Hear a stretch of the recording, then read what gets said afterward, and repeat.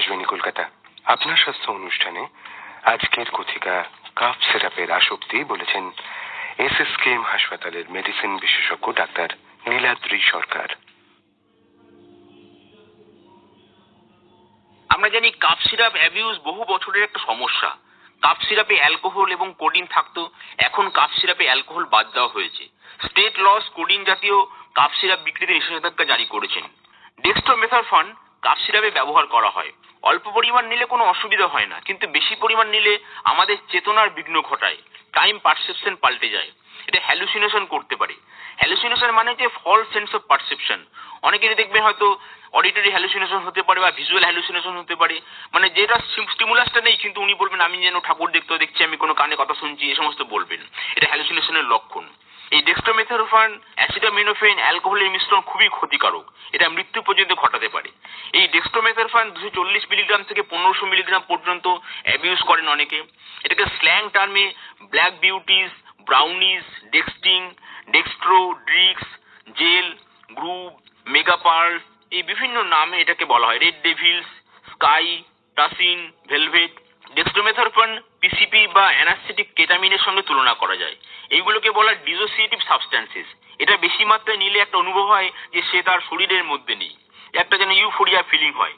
এছাড়া এটাতে hot flushes হতে পারে, গা বমি বমি ভাব হতে পারে, মাথা ঝিমঝিম করতে পারে, মানসিক ভারসাম্য হারিয়ে যেতে পারে, কথা জড়িয়ে যায়, ঝিমুনি পায়, ব্লাড প্রেশার হাই হতে পারে, র্যাশ হতে পারে, মনে হয় যেন শূন্যে ভাসছি। রেগুলার অ্যাবিউজ করলে কেমিক্যাল সাইকোসিস হতে পারে। কাফ মেডিসিন আমরা যেগুলো খাই সাধারণত সেগুলোকে বলে ওভার দ্য কাউন্টার, ওটিসি সাধারণত। কাফ সাপ্রেসেন্ট আছে তার মধ্যে। কাফ সাপ্রেসেন্ট যেরকম কোডিন আছে, ডেক্সট্রোমেথারফন আছে, ডাইহাইড্রোকোডিন, ফলকোডিন।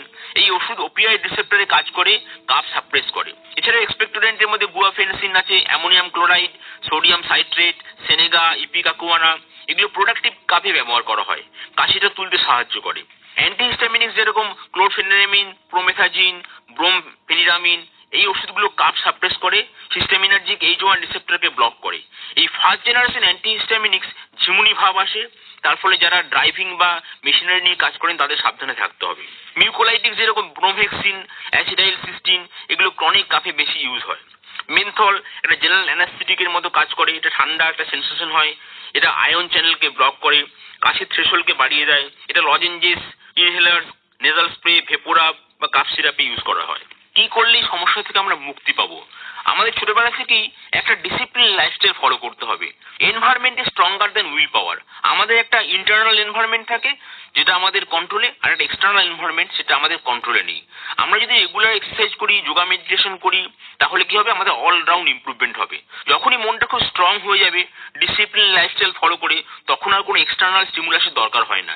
এই সত্যটা ছোটবেলা থেকেই আমাদের ইয়ং জেনারেশনকে বুঝতে হবে যে তারা কোনো অ্যাডিকশনের মধ্যে যেন কবলে না পড়েন।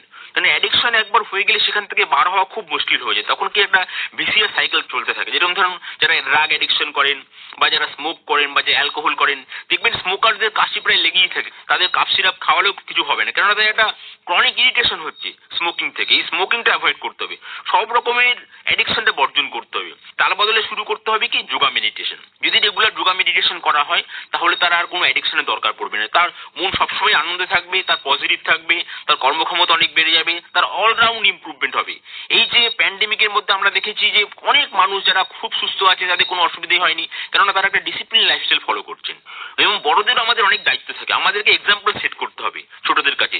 সমস্ত রকম অ্যাডিকশন বন্ধ করতে হবে, ইনহারমোনি যাতে কারণ না হয়, জেলাসি, অ্যাঙ্গার, হেট্রেড, ফিয়ার, এইগুলো অ্যাভয়েড করতে হবে। এই যে মানুষের মধ্যে একটা ভয় যে আমার কি হবে, আমার কি হবে, এই যে প্যান্ডেমিকের সময় একটা ভয়, এই ভয়টা চলে যাবে যদি রেগুলার বেসিসে আমরা যোগা মেডিটেশন করি। তাহলে দেখবেন মনের মধ্যে কোনো ভয় থাকছে না।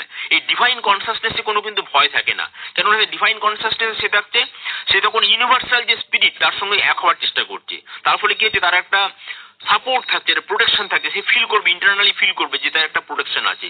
এই balance living, yoga meditation, unconditional love to all, সকলকে ভালোবাসতে হবে, প্রে ফর আদার্স, যত পারুন মানুষকে হেল্প করুন, দেখবেন আপনার কোনো প্রবলেমই হচ্ছে না, জ্বরও হচ্ছে না, কাশি হচ্ছে না, কিছুই হচ্ছে না, আপনি ভালো থাকছেন।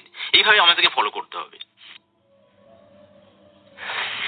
আপনার স্বাস্থ্য অনুষ্ঠানে শুনছিলেন কথিকা কাফ সিরাপের আসক্তি, বললেন এসএসকেএম হাসপাতালের মেডিসিন বিশেষজ্ঞ ডাক্তার নীলাদ্রি সরকার। আকাশবাণী কলকাতা অনুষ্ঠান শুনছেন গীতাঞ্জলি প্রচার তরঙ্গে।